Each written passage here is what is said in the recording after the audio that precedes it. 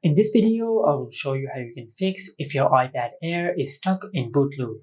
Now, as you can see, currently this issue is fixed in our iPad, but if you're facing this issue, first of all, just remove any case which you might have applied on your iPad, because the case of your iPad might be interfering with the working of the buttons, and after you do that, then just perform a force restart on your iPad.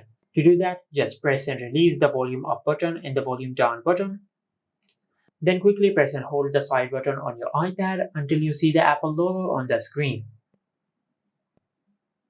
Once you see the Apple logo on the screen, just release the side button.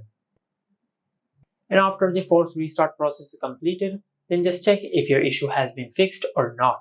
If your issue is still not fixed, then just check if the buttons of your iPad are working properly or not, because oil and dirt might have built up in the buttons of your iPad and they might not be working properly. Now, to fix this issue, just press each button a couple of times and make sure that they're working properly and they're free up.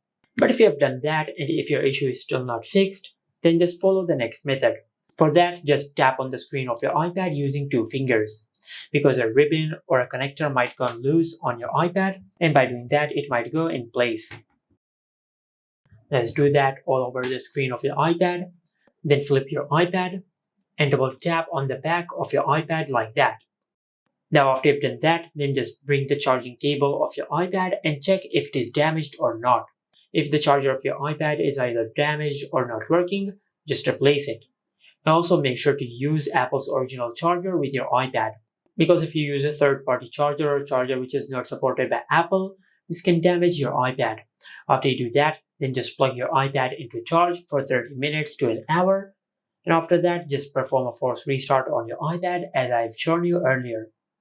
And by doing that, you will fix the boot loop issue on your iPad.